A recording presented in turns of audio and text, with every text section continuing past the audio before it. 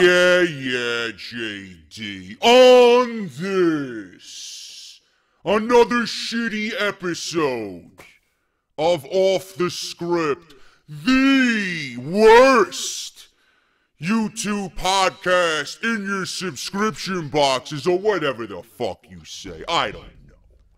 Yeah, continue drinking that alcohol, JD. Are you upset that your favorite Uber driver, Sami Zayn, didn't last a mere 5 minutes in the Andre the Giant Memorial Battle Royal? You fucking mark, JD. Look at you on the Internet Darlings panel, talking about Roman Reigns. Roman Reigns isn't a controversial topic. Everybody talked about controversial topics. Steven Larson brought up the idea that Bret the Hitman Hart isn't as great as he is. And they're right. He isn't as great as Roman Reigns. What about Chris Benoit, JD? Why didn't you bring up the fact that he belongs and deserves to be in the Hall of Fame? I'm surprised you didn't cry about Sami Zayn not winning the world title at this year's WrestleMania, you fucking mark. Yeah, JD, continue to suck down that Jim Beam apple, you fucking faggot. This show sucks. Off the Script is the worst podcast on YouTube.com. It will never measure up to the Kevin Castles and the Scampolis and the Solomonsters. And last but not least, it will never measure up to Roman Reigns.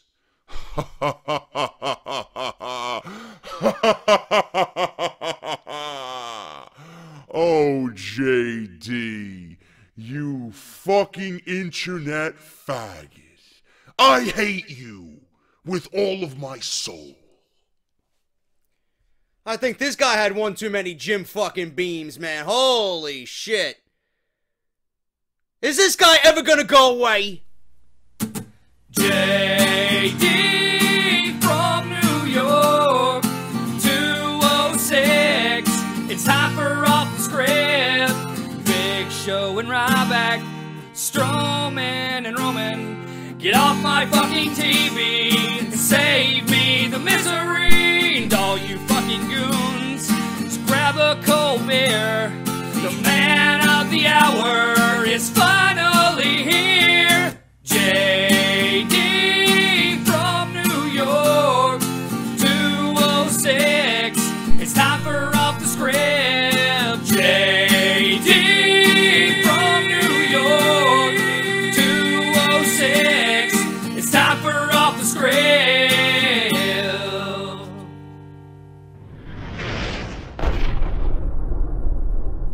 What is going on, guys? JD from New York here. Thank you so much for tuning back into the channel. This is Off the Script, episode 165, part number 2 for your Saturday, April 15th, tax day, motherfucker. Tax day. You know what they did to me? They fucked me right up the ass with no lube. Thanks to YouTube.com and their brilliant ways of handling business with their content creators, but that's neither here or there, motherfucker.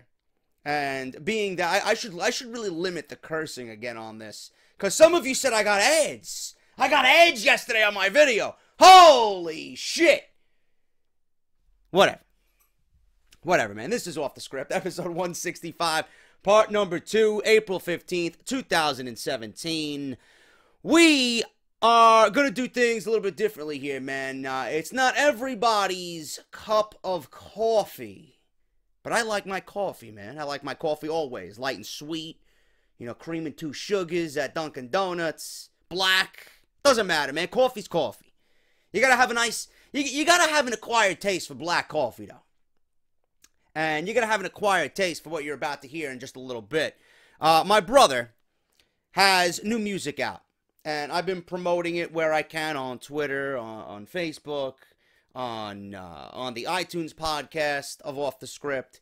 But you guys are going to hear, for the first time on my channel, you're going to hear the title track of his newest EP, The Final Stage of Awakening.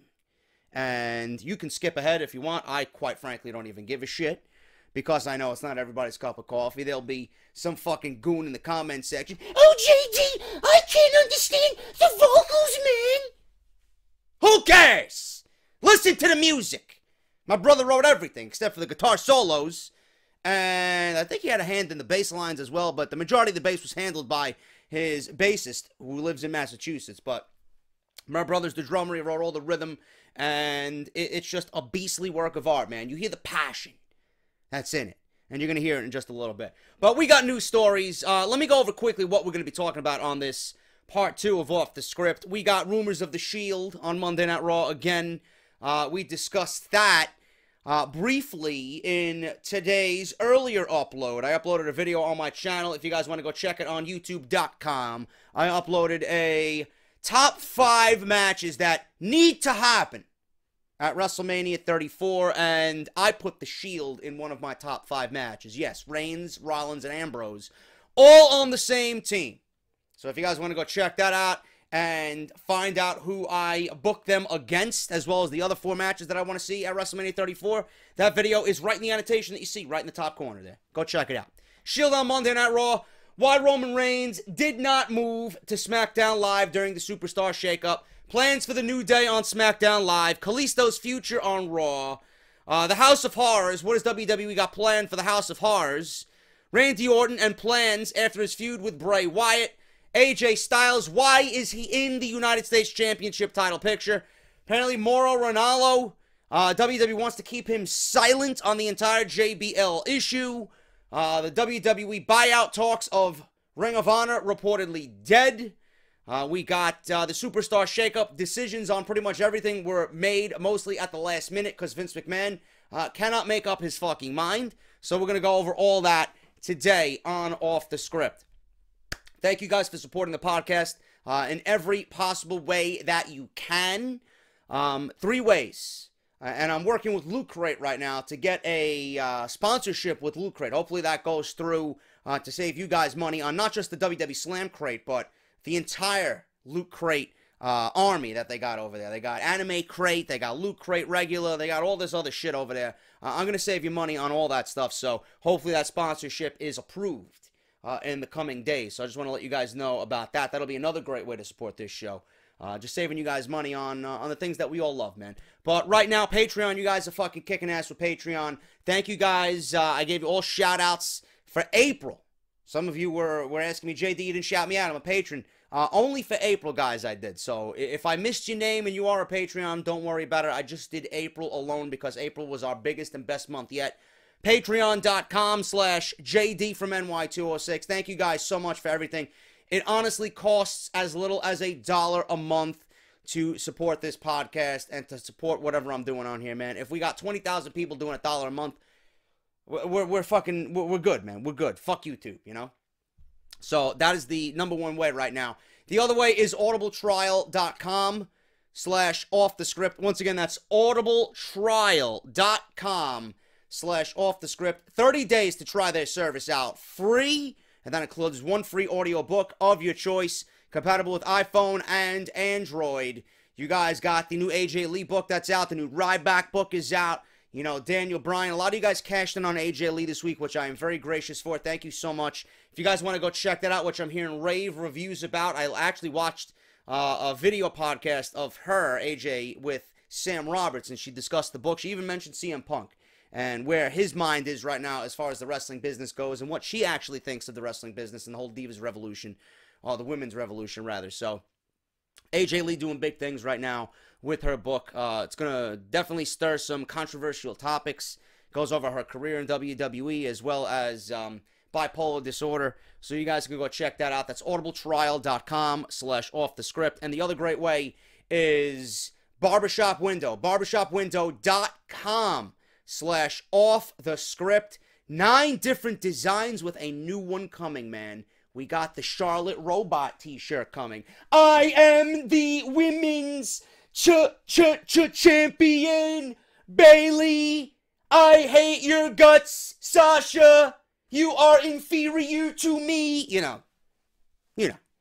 So that t-shirt's coming, and it's actually not designed by Connor. It's not designed by Connor this time. I'm giving him a break. I'll reconvene with him in the summertime to get the Titus Catering t-shirt out there, because you guys seem to enjoy my jokes on that. But the Charbot t-shirt, or the Charlotte Robot t-shirt, is coming. We're working on it right now. We're putting the finishing touches on it.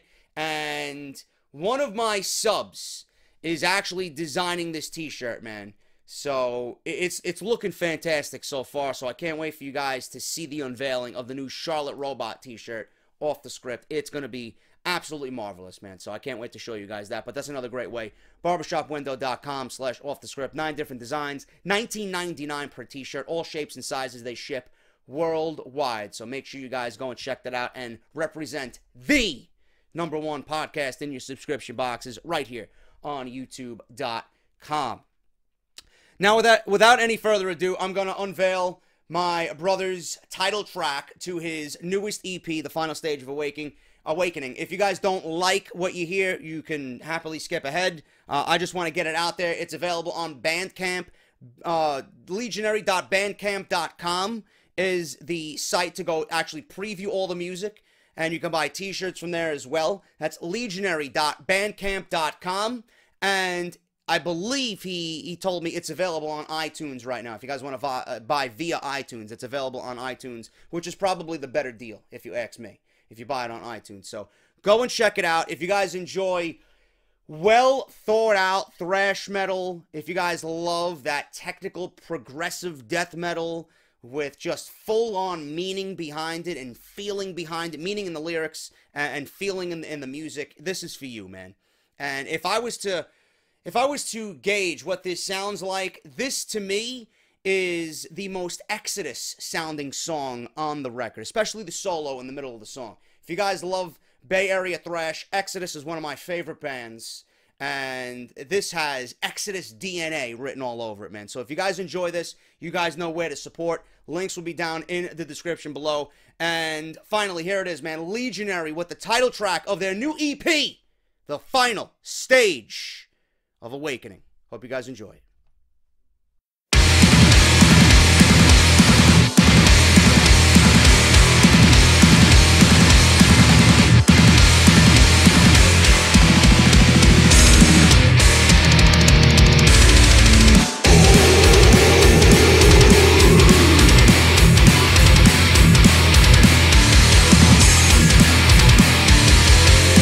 Open your mind, unlearn what you've learned.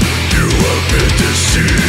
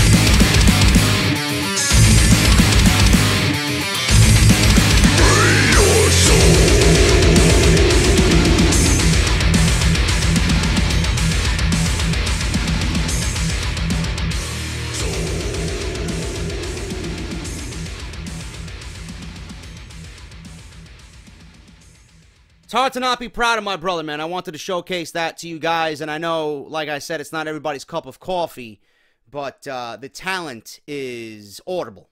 You guys can hear the talent, man. I hope you guys enjoyed that. And if that is something that you normally listen to, or the vibe of something that you normally listen to, all the information you need for my brother's music is down in the description below, and it's available on iTunes as well. All you gotta do is look up Legionary, and I'm sure all of his stuff will come up on iTunes. So thank you to him for giving me that, and thank you to everybody that so far has shown support and bought music and bought a t-shirt. Like I said, all the information is down in the description below.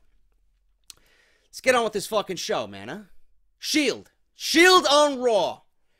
One of the biggest stories coming out of the Superstar Shakeup is that, like I said, and I predicted, Dean Ambrose, Seth Rollins, and Roman Reigns of the Shield, all three members of the Shield, are now on the same brand. Dean Ambrose made his way over from Smackdown Live, while Roman Reigns and Seth Rollins were on Raw already.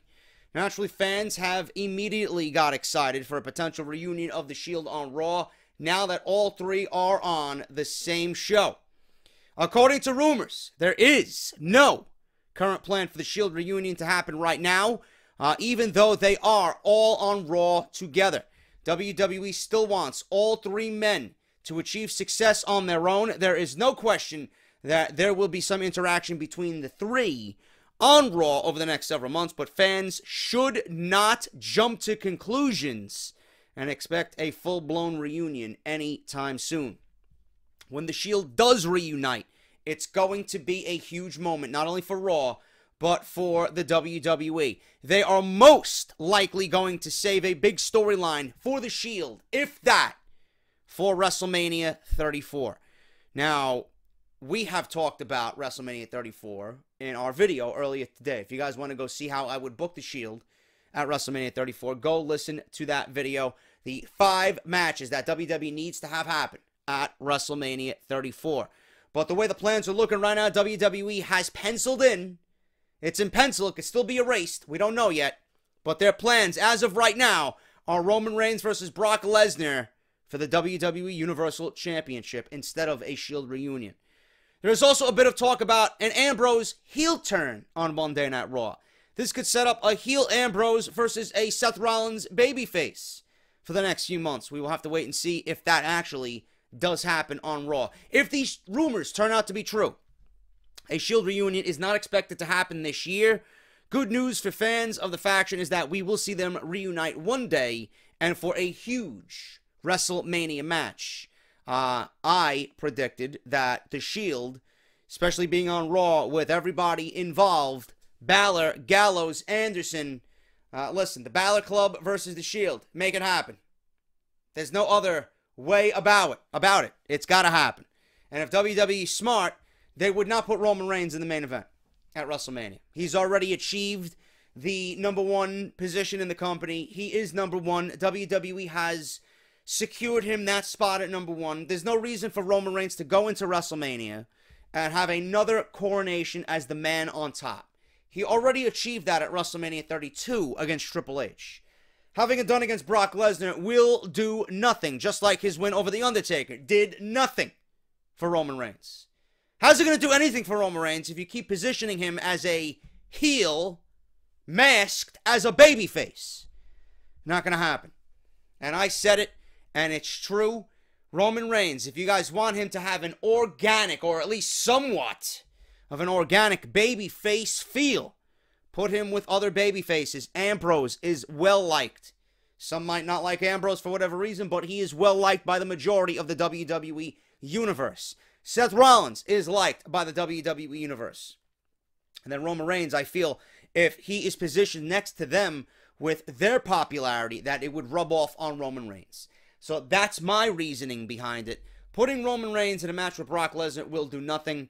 If you're not booking him the right way, it's not going to achieve anything. WWE's booking Roman Reigns with this mentality that he is a heel. We don't need to turn him, but the heel heat that he's getting is not organic. And by that, some people are always confused. Well, JD, it is organic. People legitimately hate him. They hate him for the wrong reasons. They hate him in a way that says, get the fuck off my TV. I don't want to see you. They are not accepting Roman Reigns in the role that he is in right now. Roman Reigns is hated, and not in a wrestling world. He is just hated. And that's not the way you want Roman Reigns to be hated. You want Roman Reigns to be hated because of his dastardly heel-like tactics. Not really what WWE is positioning for Roman Reigns. Roman Reigns is a heel per sound every week, but when he comes out, he's a babyface. His actions speak babyface. WWE puts him against heels and in an overcoming babyface role and mentality. Superman punching his way to the top, overcoming adversity. No, it's not going to work. You know, it may work for the fucking 6-year-old fangirl in the crowd. Like I said on my video, it might work for the 50-year-old horny mother who's fucking frustrated with her husband, who's not giving her any dick late at night, but it's not working for me. It ain't working for me, bro. Roman Reigns is being positioned in the completely wrong way. Triple H wants to come out and says, well, he's the biggest heel we have. No, he isn't. You know, you're making a mistake. You're ruining his career. Character-wise. He might be making all this types of money, you know, but he ain't looking good as far as what the fans see. So please do something about that. I doubt it will happen. Balor Club versus the Shield.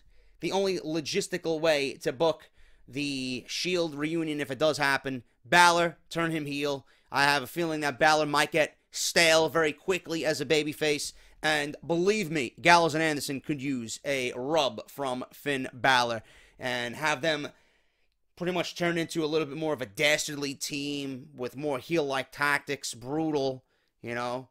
So I don't know why that wouldn't really come up as a brilliant idea for WWE Creative. I mean, Gallows and Anderson can use it. Balor could eventually use a heel turn.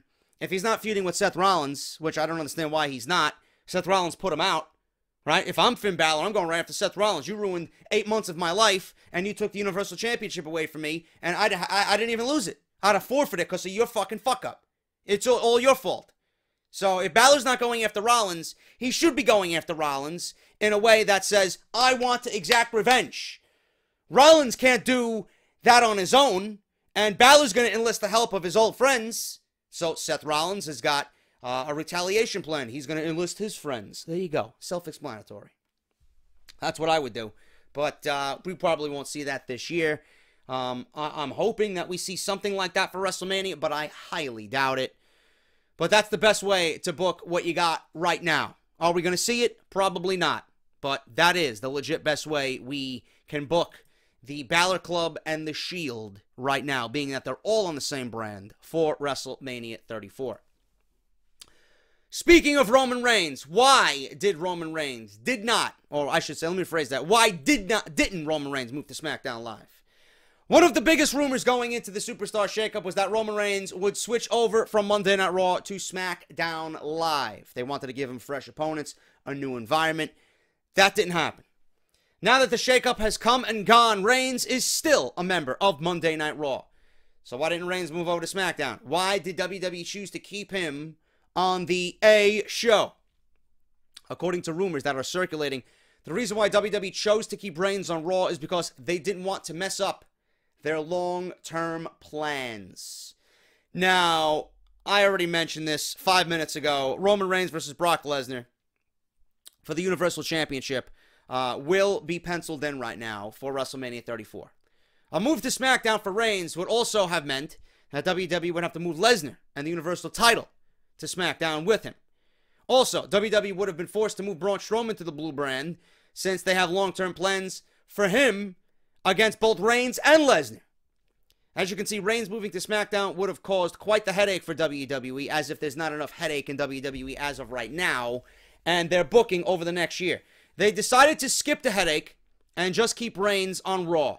Reigns versus Strowman, Lesnar versus Strowman, and Reigns versus Lesnar are the three big feuds that we can all expect to see over the next few months. So, you know who's getting fucked out of all that, right? Look at that sandwich. It's Reigns, Strowman, Lesnar. You're going to have Strowman sandwiched in between those two guys. Does anybody expect Braun Strowman to beat Roman Reigns at Payback? I don't.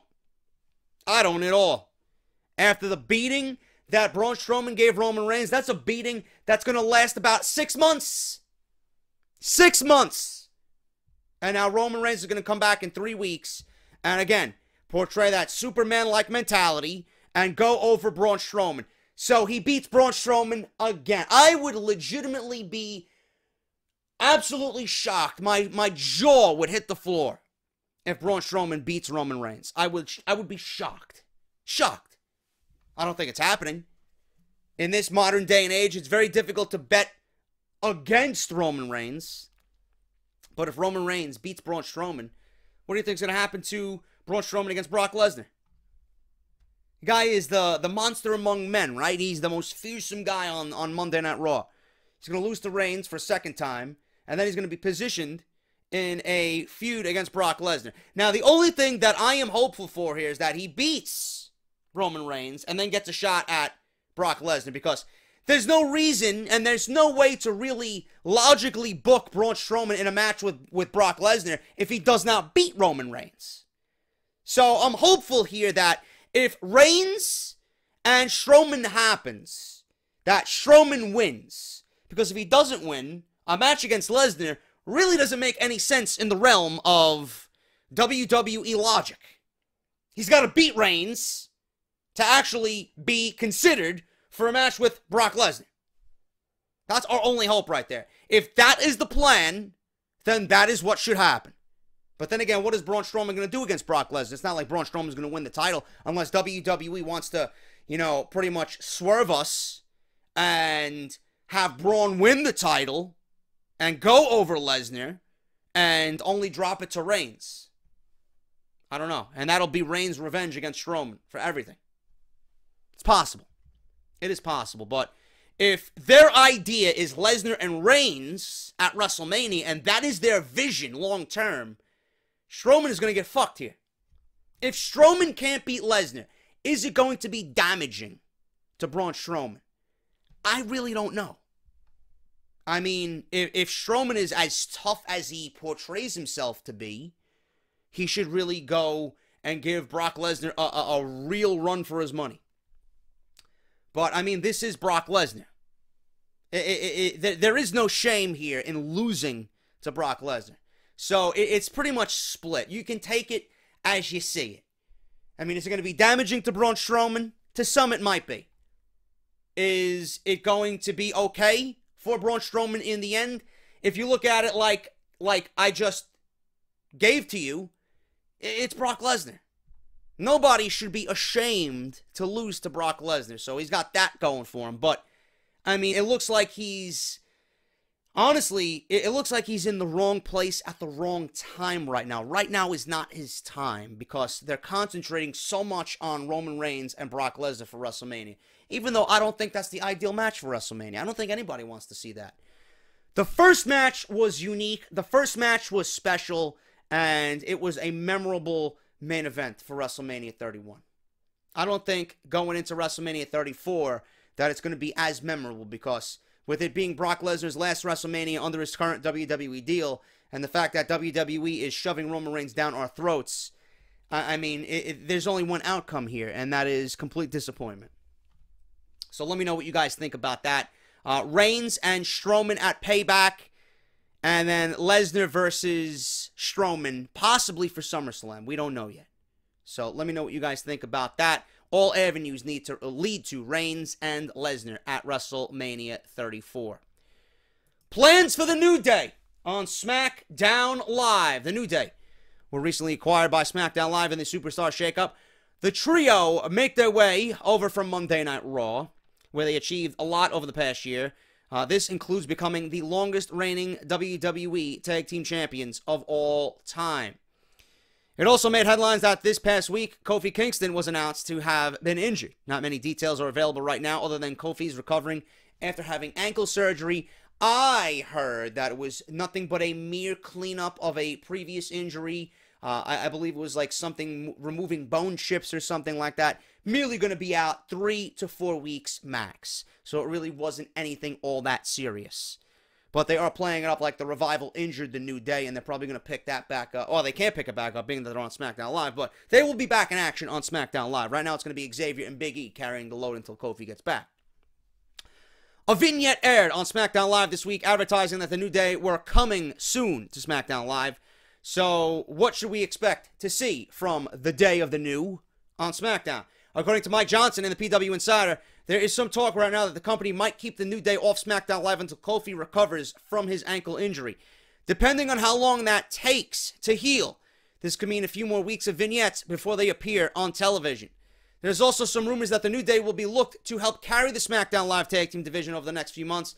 The division needs a lot of help, considering that it was the only title to be left off the WrestleMania card this year. Remember, Usos versus American Alpha did not happen at WrestleMania. They saved it for SmackDown Live. Once the New Day make their way to SmackDown, expect them to be around the tag team title scene with the Usos. So that is the current plan right now for the New Day. I honestly think the tag team division on SmackDown Live needs more than just the New Day, man. Right now we're looking at American Alpha, New Day, and the Usos. There's not much left there for WWE to really showcase on SmackDown Live. Now, I know it's a 2-hour show, but that's going to get old very, very quickly. You got to push Breezango. Breezango is a talented team. They are very entertaining. Don't know why WWE will not push them as a solid 4th team in that division. You got the New Day with your baby faces. They're selling tons of merchandise. American Alpha still seem to be struggling with identity on SmackDown Live, but they're fucking talented as hell. Then you got the heel teams. You got Usos, and then you got Breezango, right? 4 villains are done. You got the Ascension, and you got the Shining Stars, Primo and Epico. So if WWE wants, they could make a competitive division. It's all up to them. But I do see Breezango as a solid 4th team if they want to give these guys the ball and have them run with it. I don't know why you're not pushing Breezango. If you're not pushing Breezango, I've made this very well clear. You got to split them up. Tyler Breeze could be a huge asset to the United States Championship division. Huge asset. Guy's got all the talent in the world. He's up in the upper echelon of talent that can go in that ring. I mean, he's in the AJ Styles, Shinsuke Nakamura, Dolph Ziggler type fucking league, you know? And I don't understand why he's not being positioned in a better way. He's young, he's got TV time, right? And that's a good thing, but if you got that type of talent, I don't know why you are not utilizing it. You're doing yourself a disservice by not showcasing that type of talent. Breezango deserves to be pushed, but the New Day, I expected them to be in the tag team division. In a division right now, to be honest with you, it's even Steven. It's not better than what it was. It's not worse than what it was. It's even Steven. It's right in the middle. They need some invigoration. They need some rejuvenation in that division. I don't know what it's going to take or where it's going to come from, but the New Day, you know, people might be bored of their gimmick. You know, a change of scenery could help. Some fresh matchups with new opponents could help, but all in all, they're still the New Day. You know, I don't know. I got mixed reactions to the tag team division on SmackDown. Honestly, I think Monday Night Raw got the best of the tag team division right now, simply because of the name recognition that you got in that division. You got Enzo and Cash, you got Sheamus and Cesaro, you got the Hardys, you got the Revival, right? You got Gallows and Anderson. That's a great fucking division. That's a great fucking division. A division that Heath Slater and Rhino are going to get lost in. I don't see them doing anything, but we'll see what happens. New Day going to be in position for the Tag Team Championships on SmackDown. I wish it was better, but listen, it's easy for the New Day to come in and be head of the class immediately with the lack of depth in the SmackDown roster. Kalisto, his future on Monday Night Raw. What is in the cards for the Luchador Kalisto? Kalisto was recently acquired by Monday Night Raw, and quite honestly, I predicted this would happen. And I was happy to see when they drafted Kalisto to Monday Night Raw. I'm like, yes, one of my picks came true. And now you could do one of two things. You could utilize Kalisto in the Lucha Dragons, right, and give that division another solid babyface tag team. Or you could put Kalisto on 205 Live. Those were the only two options there. Being that the tag team division was okay, adding another team would not hurt whatsoever. But 205 Live could use another great aerial, talent over there on Tuesdays. So Kalisto was recently acquired by Monday Night Raw in the Superstar Shakeup. He's moving from Smackdown Live, where he wasn't featured at all besides a feud with Baron Corbin in late 2016.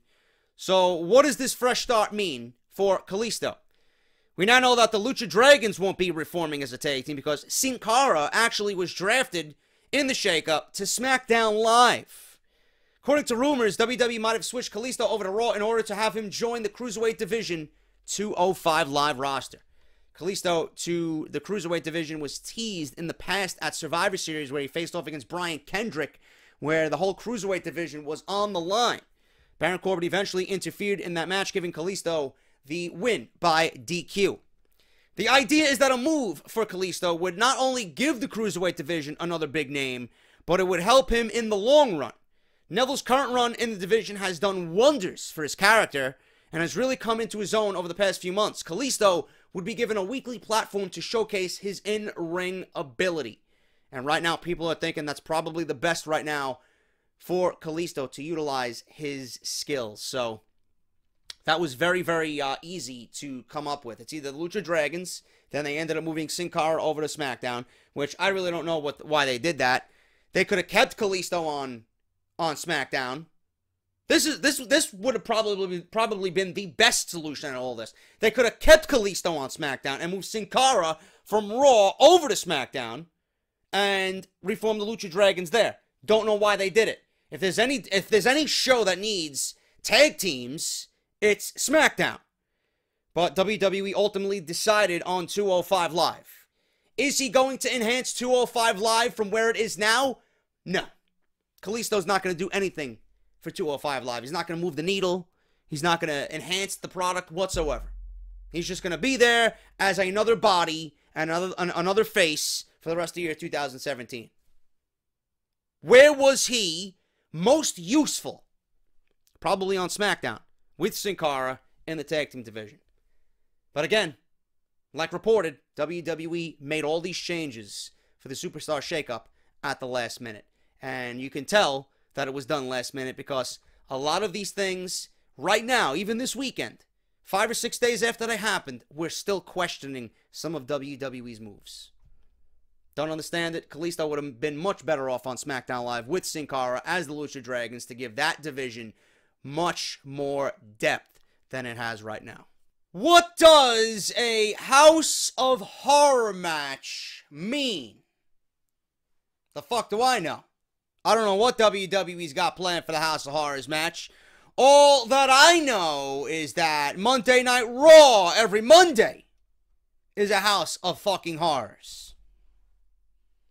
Coincidentally, this feud is actually taking place on Monday Night Raw because Bray Wyatt is the newest Raw member of the roster, and they're moving Randy Orton over for at least one night to defend the WWE Championship against Bray Wyatt at Payback. So at the upcoming Payback pay-per-view, Randy Orton, like I said, will defend the WWE Championship against Bray Wyatt. This won't just be a typical wrestling match. Wyatt has challenged Orton to face him in a House of Horrors match. And the offer was accepted. So what the hell is a House of Horrors match exactly? What should we expect at Payback? According to the rumors circulating, WWE isn't even sure what the House of Horrors match will end up looking like. They have a general idea, but still have not decided on what they are going to do. Now, the company sent out a recent survey, which is really comforting for Payback. You know, if the WWE has to send surveys out for us to tell them what a House of Horrors match is, How bad is this thing really going to be? How horrible is this thing going to be? If WWE is asking us, the fans, for ideas for this match that they proposed, clearly they had no idea going into this announcement, right? And this easily should signal the end of this fucking feud. This should not continue any further. WWE isn't sure. They surveyed the fans asking what they want to see when the match actually happens. Here are some of the options that they included in the survey.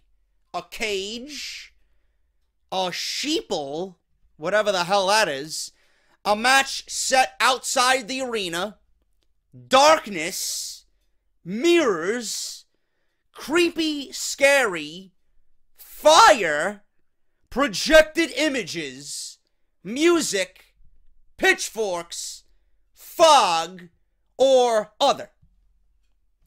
I don't know what other could entail, but I am not really keen on any of those choices. House of Horrors match. Is this going to be... Maybe they could fight in the burned down building of the Wyatt family compound. Maybe they could be ghouls and ghosts coming up from the fucking ground, right? I honestly don't know what they are going to do. If you guys remember the Wyatt family showdown with the New Day at the compound, I think it's going to take place on the compound, and it's going to be filmed like the Final Deletion, in Final Deletion style. That's what I think WWE is going to do here, because they honestly don't have any other choice in the matter. They can't have it inside the arena. Well, they could have it on Monday Night Raw, because Monday Night Raw is the House of Horrors. But, all joking aside, they can't have it in the arena. They can't have, fire. They can't have an Inferno match. That really is not a House of Horrors match. That's an Inferno match. Projected images, we've seen that at WrestleMania. Music. I mean, do you want music playing during the WWE Championship match? What kind of music? Creepy music? Carnival music? Like, creep show music? Well, like what? Pitchforks? I think everybody's got fucking pitchforks ready for Titan Tower, based on the direction of this feud. Fog? I wish I was in a fucking sea of fog every time I watch Monday Night Raw. I wouldn't have to watch that garbage. Darkness, match set outside the arena, it can't be a steel cage. Last time they did the Ambrose Asylum, you know how awful that was. WWE doesn't have a goddamn clue. WWE does not have a goddamn clue as to what they want to do with this, and it's a damn shame. This feud was set with so much potential, and then they gave Bray Wyatt the title at the Elimination Chamber, when in fact he should have won the title at WrestleMania. That should have been the culmination of this feud. Anyway, plus, he should have never moved over to Monday Night Raw. Rumors also suggest this could be similar to the Final Deletion that happened in TNA with the Broken Hardys. We'll have to see what ends up happening at Payback. It could be a big success or a massive failure. There's no in-between here. It's either going to be unique and intriguing and interesting, or it's going to be a colossal failure. I just hope it's entertaining. I just hope it's entertaining. I mean, how much worse can they get following WrestleMania 33? That match was awful. One of the worst matches on the show, if not the worst match on the show. So, if WWE doesn't know and they have to ask fans, clearly they are going to come up with a concept mere hours before the show, and it's going to come off as rushed, just like everything else that they do. Because if you have to ask fans for support here, or opinions for the fans, you know, why don't you ask the fans' opinions on everything else? You got to ask the fans' opinions on a goddamn fucking House of Horrors match? Come on, bro. We don't care about a House of Horrors match. This feud is turning into a horror. End it! It's going to be like the Final Deletion. It's going to be like that Wyatt family New Day showdown at the compound. But this time, at least make it into a match. You know? Have those elements, but make it like the Mankind Undertaker Boiler Room Brawl, where we actually see legit fighting. But we don't cut to black. There's no static. There's no camera or satellite interruption. Remember that match? When Mankind was about to do something really devastating to The Undertaker, they somehow say, oh, sorry for the satellite interruption. The screen goes static. Come on, man. Come on. I still get pissed at that every time I go back and watch that. Have it be like that, a legit match. These two guys beating the shit out of each other, but with the final deletion, like camera work and the concept and the whole vibe. I could deal with that. I could dig that. So we'll see what happens with that. Randy Orton, Bray Wyatt, House of Horrors match. Not really known what's going to happen at Payback, and all we have to do is wait and see. Speaking of Randy Orton, plans for the Viper after his feud with Bray Wyatt. As you guys know, the House of Horrors match at Payback. While it's still unclear as to exactly what the House of Horrors match is, we know that whatever it turns out to be, the WWE Championship will be on the line. If you're wondering why the WWE chose to have their main SmackDown title defended on a Raw exclusive pay-per-view, it is to finish up the feud between Orton and Wyatt. Goes to show you that Bray Wyatt and his move to Monday Night Raw was last minute. Bray recently switched. What am I, broken Matt Hardy now? I'm developing the broken fucking language. Switched. Bray recently switched over to Raw in the Superstar Shakeup and was owed his rematch. So, what is the plan for Orton and Bray at the House of Horrors match? We don't know, but what is the plans for Orton after his feud with Bray? According to Dave Meltzer in the Wrestling Observer, the current plan is for Randy Orton to feud with Baron Corbin, and you can sense my enthusiasm there, for the WWE title. This feud will happen after Orton defeats Wyatt to keep the WWE title on Smackdown Live. AJ Styles will likely be facing Kevin Owens at Backlash for the United States Championship. This keeps both of them busy for the time being. It's also reported that it is too early to put Shinsuke Nakamura into the WWE title feud, which I do not recommend at all right now. Just like I don't recommend Baron Corbin being in a WWE Championship match yet. Too early for Nakamura, as the company wants to continue to build him up slowly. As a result, we are left with Corbin as the only real option for Orton and the WWE title. Corbin versus Orton proves to be a solid option for WWE until they eventually build towards a match between Styles and Orton. It might be a little too early for Corbin, but the WWE officials are high on him, and he has proved that he can hang with the top talent on SmackDown. It's going to be interesting to see how WWE builds Orton versus Corbin. I don't like it because you could look at it again just like the Braun Strowman and Brock Lesnar thing. You could look at it two ways. You could look at it as merely a test for Baron Corbin to prove himself to WWE officials, to prove himself in the ring against an upper echelon elite talent like Randy Orton. Or you could look at it like I'm looking at it right now, that it's too soon for Baron Corbin, and this will do nothing for Baron Corbin if he loses to Randy Orton, because we know that he's not ready. But I am predicting Baron Corbin wins the Money in the Bank briefcase. I am predicting that Baron Corbin will come out of this okay, because I know a lot of people, you know, they're looking at this as nothing more than a test for Baron Corbin. But I don't want to, I just don't want to see Corbin in that light. I want to see him continue to be built up. You know, right now, the way they're describing it, it's going to be Orton versus Corbin until AJ Styles is freed up. It's making Corbin look like, you know, we're going to throw him out there, we're going to have this mini feud and then get him out of there. And I really don't like that at all. I mean, there's nobody else for Corbin to feud with? Seriously? Why don't you put him in a feud with somebody else? Anybody but Randy Orton. I don't think Baron Corbin has even legitimized himself to that level yet. How are they going to make me believe that Corbin is worth a title shot? What are they going to do on television following Payback? He's got to get some big wins under his belt, I'll tell you that. They're not just going to throw this guy out there and say, you know what, he's getting a WWE Championship match. Why? What has he done? He's done nothing. WWE and their asinine ways. But again, you could look at it two ways here. You could look at it as, you know, Corbin's getting a rub. WWE officials are giving him a shot early to see what he's made of, because everybody's high on him already. Not going to win it, but it's a test. Or you could look at it in the way that I'm looking at it now, which I might change my mind later on, but I'm looking at it now as this is a waste. This is a waste. And I'm looking at it in a way that this is WWE's fault because they did not plan the roster shakeup. if they had planned the roster shakeup, then Randy Orton would have had an opponent waiting for him after Bray Wyatt. Now they got to insert Baron Corbin in a rush feud, merely as a transition to get Orton to Styles. And then they want to know why talent isn't built up in the eyes of the fans. Absolutely fucking stupid. I don't know how you guys think about that, but I'm sure most of you will be on my side with that one. Not like their first match was anything all that spectacular anyway. Now we're going to see it on pay-per-view. AJ Styles.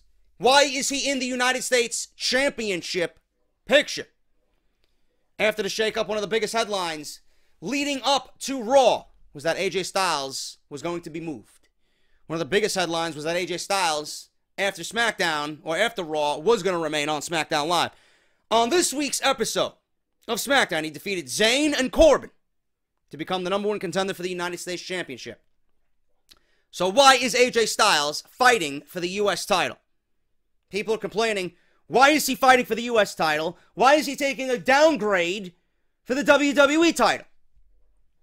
According to rumors circulating online, the reason why AJ is now in the U.S. title hunt is because WWE is simply killing time.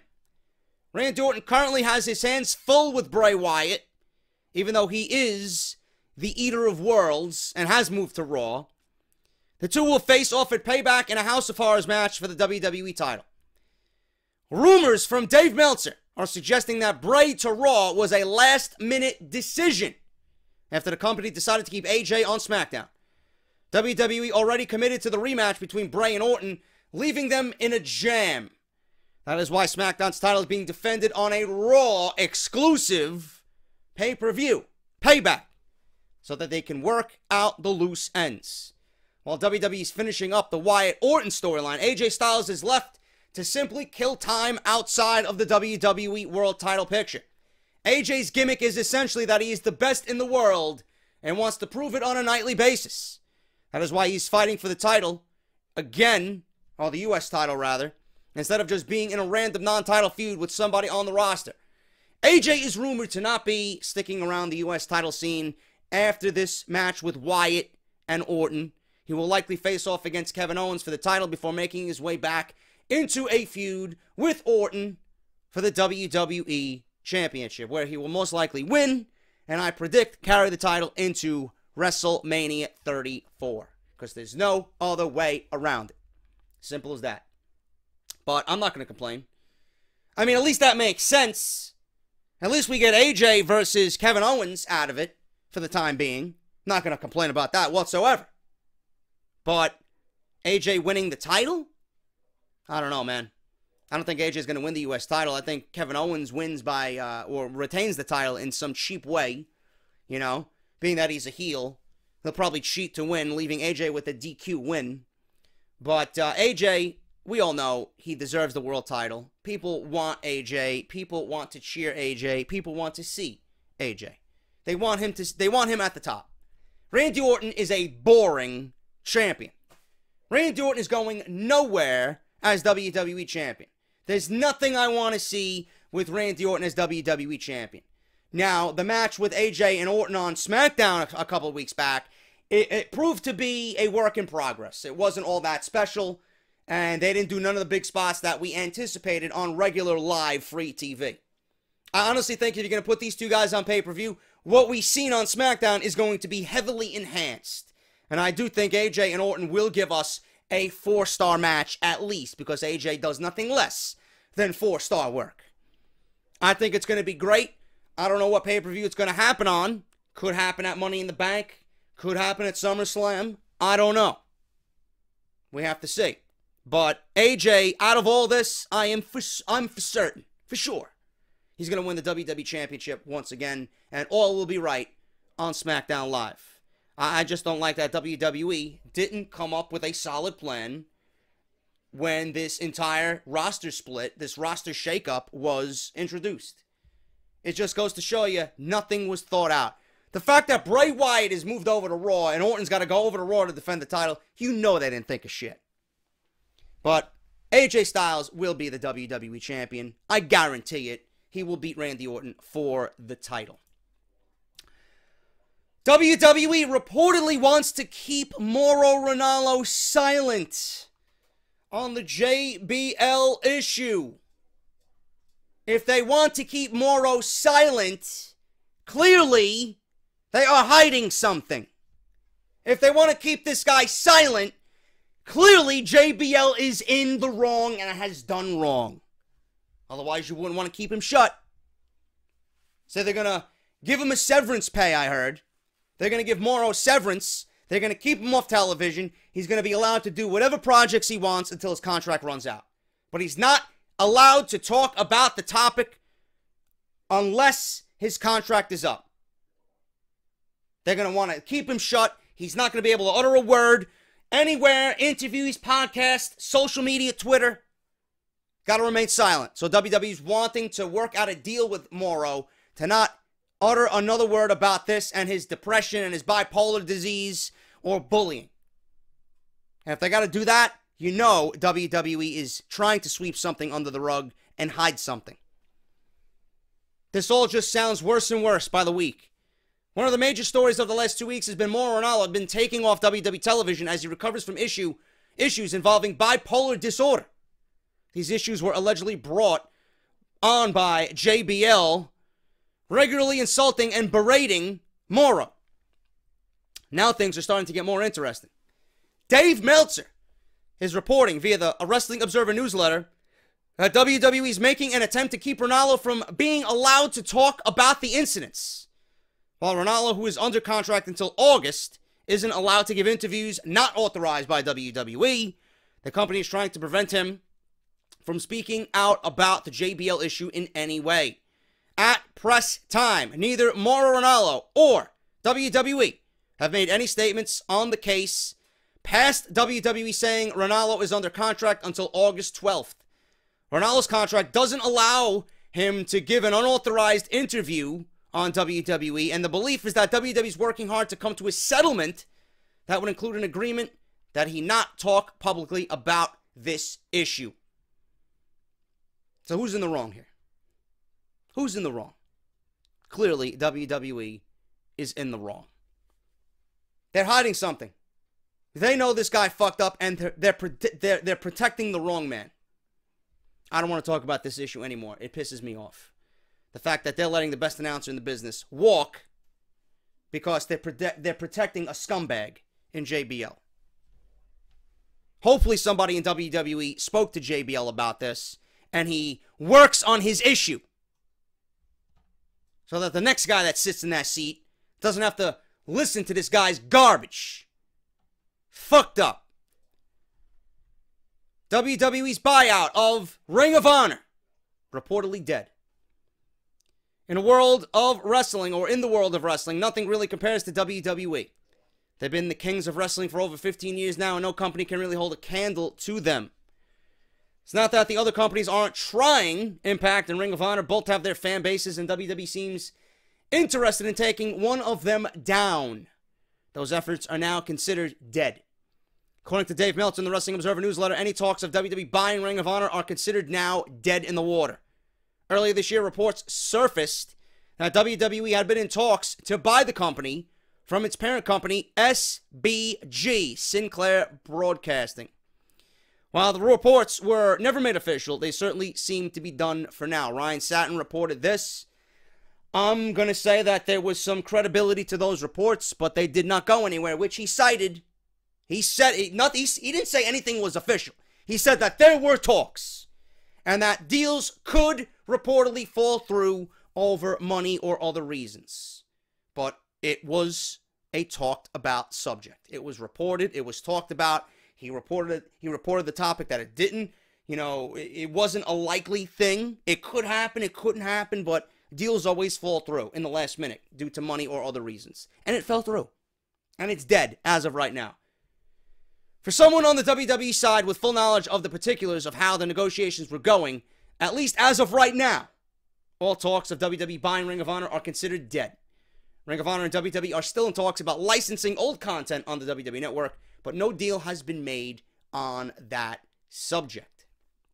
So there you go. If you guys are wondering about that, that is the latest on Ring of Honor and WWE. We're going to end with this, guys, because there's not much more news for me to go over for tomorrow. WWE Superstar Shakeup and the decisions that were made on Monday and Tuesday, mostly all made at the last minute. Jesus Christ, can you see? Can you see how? Because I'm not surprised by this whatsoever. The Superstar Shakeup has come and gone. Many are trying to figure out still what is going on and why things appear to look out of place. There is a reason for that, it seems. Various reports came out last week linking certain stars to different shows, and it made a lot of sense. However, one of the biggest rumors involved AJ Styles moving to Raw, but that did not happen. The reason why seems simple, as WWE did not know what they wanted to do at the time. The thought is that Vince McMahon came up with the shakeup ideas just days before it was announced. And due to WrestleMania 33, Vince could not ultimately focus on what he wanted to do for it. So, look at the span. Look at the time frame, the window. You know this was not discussed until WrestleMania 33 was over with. Okay? So after WrestleMania 33 is over with and everybody gets into their hotel, into the next town, or the next day, they still stayed in Orlando. Everybody woke up. Vince McMahon wakes up, gets himself ready for the next day of business. We're going to do a Superstar Shakeup. So the time window had to be between 12 noon and Monday afternoon. So that's 8 hours that these people are, what the fuck? He's throwing this on us now, and we gotta write and book and produce a Monday Night Raw after Mania for 3 hours. So everybody gets ready, and they pack up their bags. They, Raw's done for the week. They go on into the next city, right? And they do their thing. Meanwhile, the people and the goons in Stamford, Connecticut are coming up with shit at the last minute. The last fucking minute. 5 to 6 days of rush. And then Vince McMahon gets the ideas. He doesn't like it. Back and forth they go throughout the week. Come Monday, he still hasn't decided on what they want to do. Changes being made up until Monday Night Raw went on the air. Great environment they got in WWE. Vince ultimately could not focus on what he wanted to do due to WrestleMania 33. So WWE had to figure this out in less than a week, with McMahon reportedly changing his mind every single day. According to Cage Side Seats, it is now confirmed that WWE made most of their decisions at the last minute. The changes are proof of that. As well, if you look at who moved compared to who stayed, WWE did not move either World, Women's, or Tag Team Champion. The reason for this mostly had to do with the fact that WWE knew the craziness around doing it would be difficult to deal with. 2 titles did change, and that was the US Championship and the IC Championships, which moved Dean Ambrose to Raw and Owens to SmackDown. Both of these were last minute. Big time. The reason for people knowing it is the fact that WWE made a match for the US title at Payback involving Chris Jericho and Kevin Owens. The previous week, Owens was never meant to move brands at all, and neither was Dean. In fact, Dean was set to defend the IC title against Baron Corbin after Corbin beat him the next week. This earned him a right, or the previous week rather. This earned him a right to challenge for the title again after losing to Ambrose at WrestleMania with the title on the line. Originally, Corbin was even favored to win that match. The most glaring last-minute change affected Bray Wyatt, who was always meant to get his rematch at Backlash against Randy Orton. The House of Horrors match was going to be given more time to creatively come together, as WWE Backlash was going to be over a month and a half away. Instead, WWE is pushing the match for a SmackDown Live World title on a Raw-branded show. This makes no actual sense at the end of the day, as a challenger cannot get the title match on their grounds.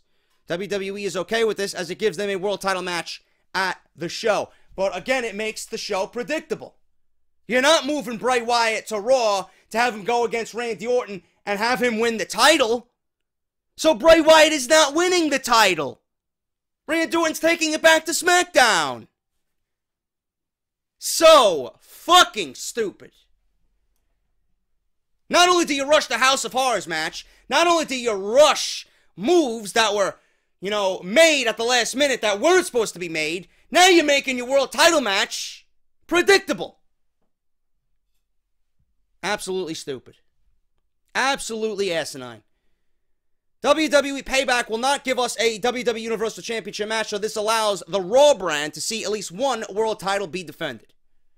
The same issue occurs with the WWE United States Championship, but this match was made before the shakeup occurred, and it even makes that predictable. Why would Jericho win the title and take it back to Raw when there's already a mid-card title on Raw? No way Owens is losing that match. Dean Ambrose, Apollo Crews, Bray Wyatt, Miz, Maurice all flipped to Raw. This is why WWE was cool with allowing AJ to stay on Smackdown Live. WWE still want to stack Raw, but the Monday Night Show was willing to give up Sami Zayn and Kevin Owens in order to get all that they did out of SmackDown. In the end, Vince McMahon allowed one man to stay blue and flipped most everyone else red in order to stack Raw, but not totally murder SmackDown Live. While things were last minute mostly, the rosters did not get destroyed.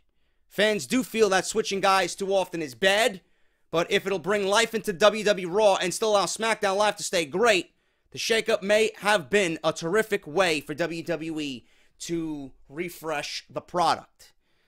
SmackDown Live actually looks better than it did before the shakeup. And that has to do with the NXT call-ups. That's just me. I think SmackDown is going to be fine the way that they are. But the moves of Owens and the moves of Wyatt, I mean, you can tell WWE did not think ahead about what they wanted to do. They were not thinking Payback. They were not thinking Backlash. Can't come up with a plan for your entire roster in 5 days. This is why if they're going to have a draft, it needs to really be thought out. And I'm talking about months in advance. You need to know who's going where, what's happening, structure, setup, how you're going to handle the draft. I mean, this was nothing but regular shows with SmackDown guys showing up on Raw and Raw guys showing up on SmackDown. No creative thought behind it. But this is Vince McMahon. Do we expect anything else from this man? Do we expect logic from Vince McMahon? Of course not. Bray Wyatt, doomed to lose and fall back into mid-card mediocrity. And Kevin Owens fighting Chris Jericho. No way Jericho is taking the U.S. title back to Raw. I don't give a shit if they even included, well, the winner of this match, stays on Raw and the other one goes to SmackDown. Whatever. Not happening. U.S. title's not going anywhere with Dean Ambrose as the IC title on Raw. Not happening. But that's WWE for you. Nobody should be shocked. And that is Off the Script. Thank you guys so much for waiting patiently. It's going to be the same thing tomorrow. You're going to get it at about 5, 6 p.m. tomorrow. So thank you guys for your patience. Thank you guys for your support. Patreon.com/JD from NY206. Barbershopwindow.com/offthescript. You guys got audibletrial.com/offthescript. Check out my brother's band Legionary on Bandcamp and iTunes. Follow me on Twitter at JD from NY206 and subscribe to the YouTube channel if you have not done so already. I'll be back with part 3 of Off the Script. Until then, have a great Saturday night. Thank you guys so much for the support, and I will see you all Sunday morning, but Sunday afternoon for part 3 of Off the Script. I'll talk to you later.